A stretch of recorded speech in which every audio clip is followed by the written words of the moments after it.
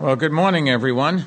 New York's ability to pioneer new ideas is what made us the world's greatest city, and it's going to be what keeps us strong in the 21st century. Last July, if you remember, through the city's Department of Housing Preservation and Development, we announced a contest that would help us adapt to our changing world. And part of that is meeting the affordable housing needs of a growing population, in particular a growing population of one- and two-person households. This adAPT competition, as we called it, was aimed at addressing a fundamental imbalance. While there are about 1.8 million one- and two-person households in the city, there are only about 1 million studio and one-bedroom apartments, and that imbalance is expected to grow in the years to come. The city's population is already at an all-time high of some 8.4 million people and will be home to almost 1 million more by 2030. And according to the last census, the growth rate for one- and two-person households greatly exceeds that of households with 3 and more people. So we have a shortfall now of about 800,000 homes, and it's only going to get worse. Addressing this challenge requires us to think outside the box and, as it were, outside the current zoning regulations. Those regulations, as you remember, place limits on the maximum density of units in a building. There are also limits on how small an apartment can be in certain parts of the city, and those limits were created decades ago for a different time and a very different population. And as we think about that, we think that by tweaking those limits, we can pave the way for the development of many more affordable studios and one-bedroom apartments, all without taxpayer rental subsidies, something that we have difficulty in affording in this day and age. To find out how such buildings might look, the adAPT competition invited developers to come up with viable models for buildings made up primarily or entirely of small studios, or micro units as they're called, and the proposed buildings had to be attractive, livable, and offer competitive priced rents.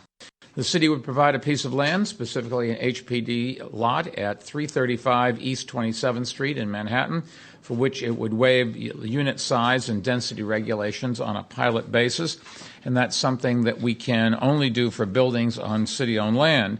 And I should say that a number of other cities, including Boston and London, are also encouraging development of micro units.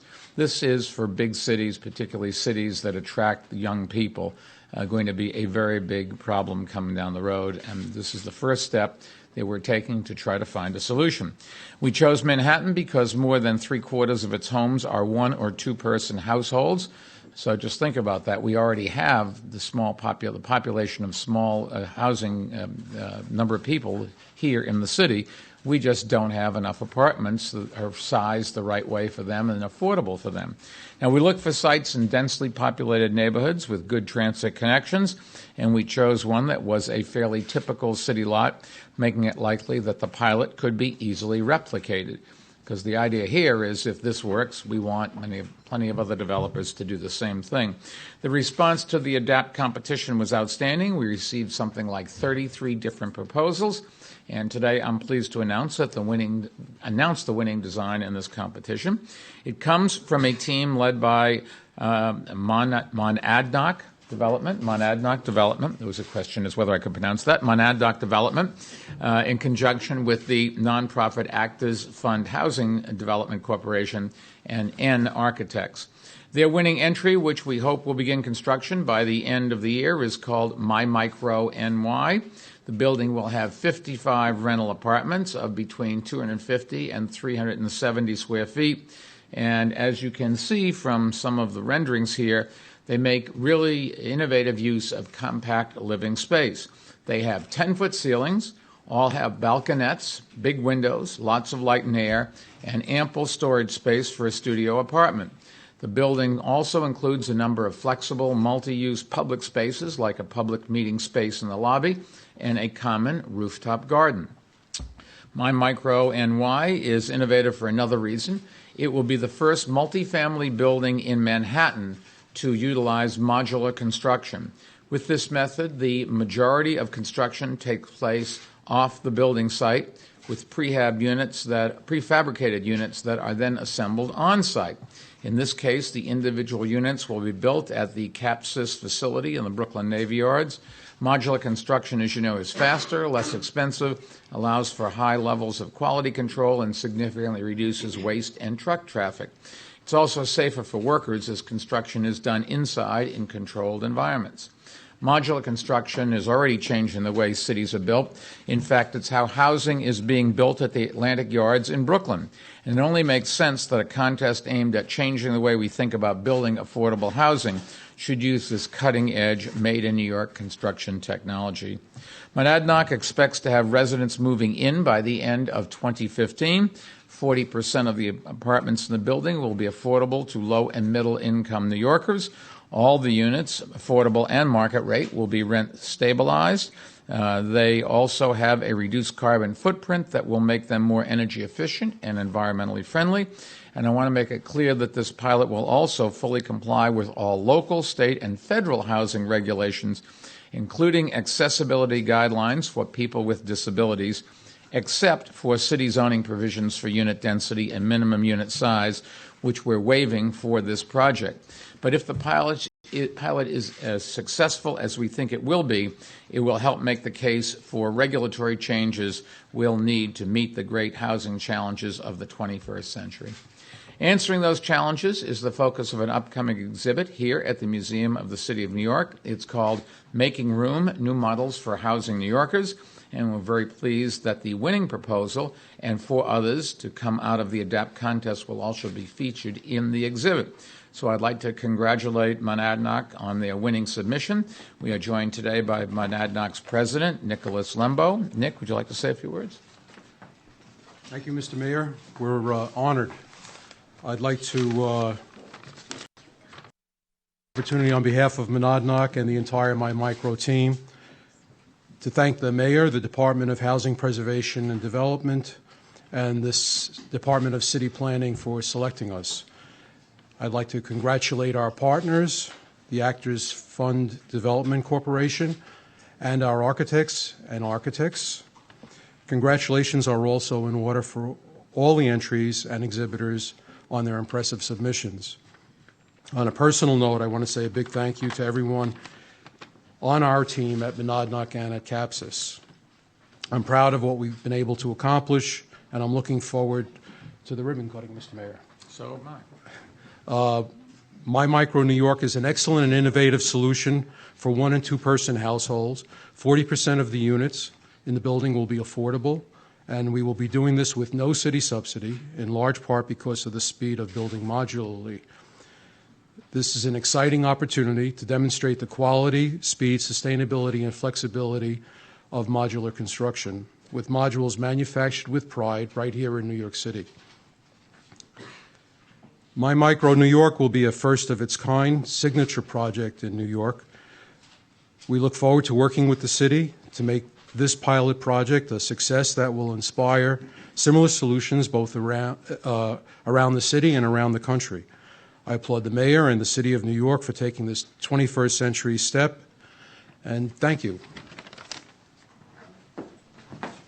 Now let me turn the floor over to HPD Commissioner Mathew Wambua. Matt.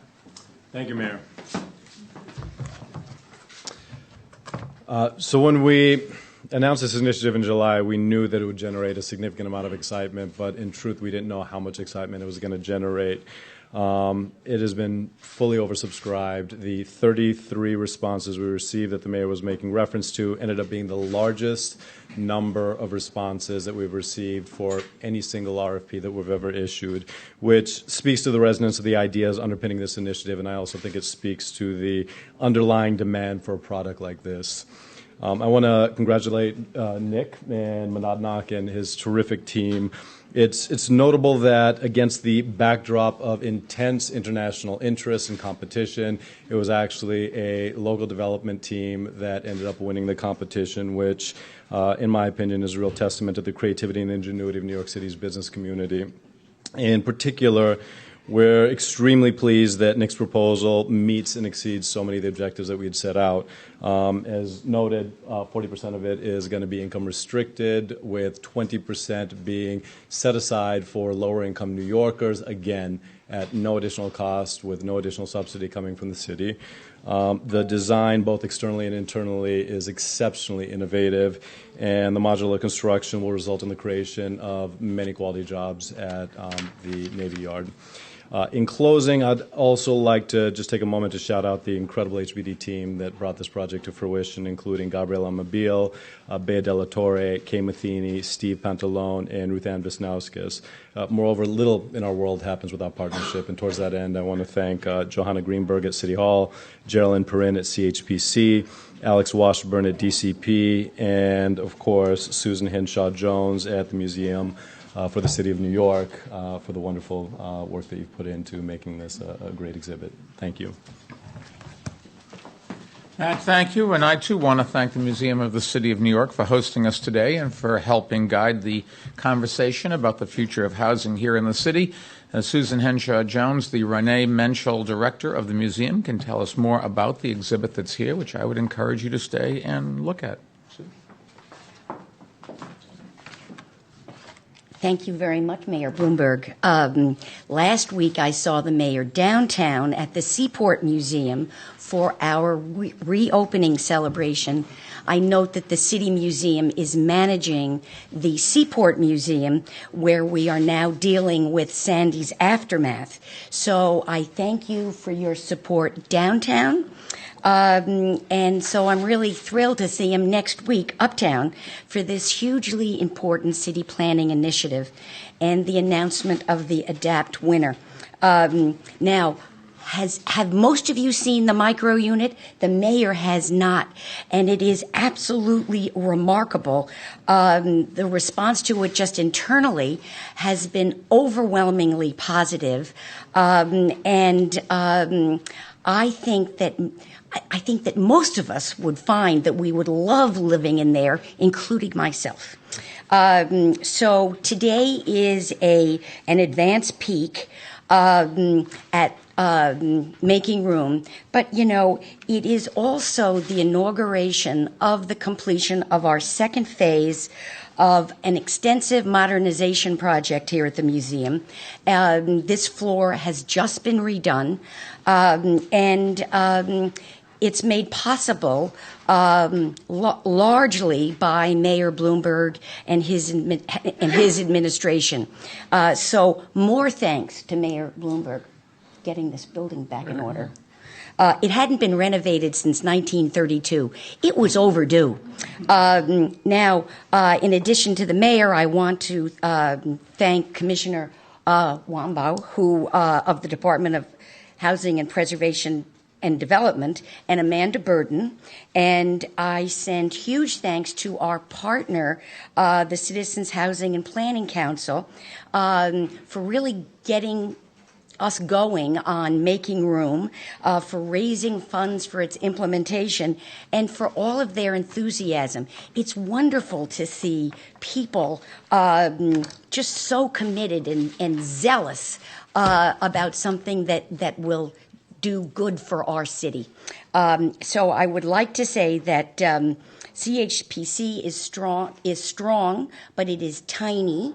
And Geraldine Perrin is its director, Eileen Popkin, its senior fellow, and Sarah Watson, its deputy director. And they collaborated with our curator, Donald Albrecht, who I don't see right now. Maybe he's in the exhibition. But he is the curator who is showing inside how design can help reshape the city's housing stock for New Yorkers in all phases of their lives. The mayor mentioned young people. I mean, I don't know, Mayor. I think you should talk about old people, too. I was talking about me, but you are Mr. Young. Now, the exhibition has been made possible by many, but at the top of the list is the Charles H. Revson Foundation and Deutsche Bank Americas Foundation. And I have to sing the praises of the folks who have designed and furnished this micro unit. And they are Clay, represented by Pier Luigi Colombo, and Resource Furniture, represented by Lisa Blecker and Ron Barth, and Amy Gross Architects, represented by Amy Gross. Everybody just has to spend time in this micro unit. It's wonderful. Now, as you might know, that we also showcase in there other proposals that were submitted to the mayor's adAPT competition, and that's the architectural work of 5 design teams that came out of a challenge that CHPC launched in partnership with the Architectural League of New York in 2011.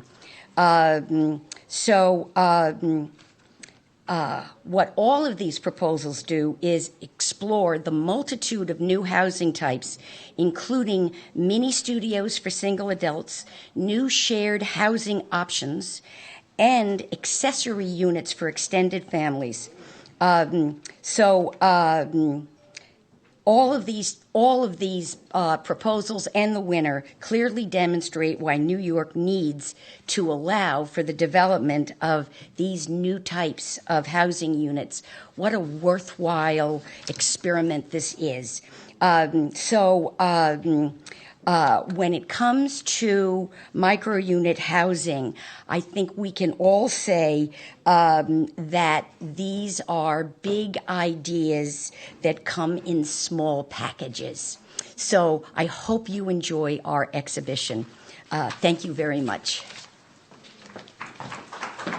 Thank you. And before taking questions, let me summarize today's announcement for our Spanish-speaking New Yorkers. Estamos anunciando el ganador de nuestro concurso para diseñar apartamentos pequeños. Construcción para el edificio ganador empezará en la calle 27 este año.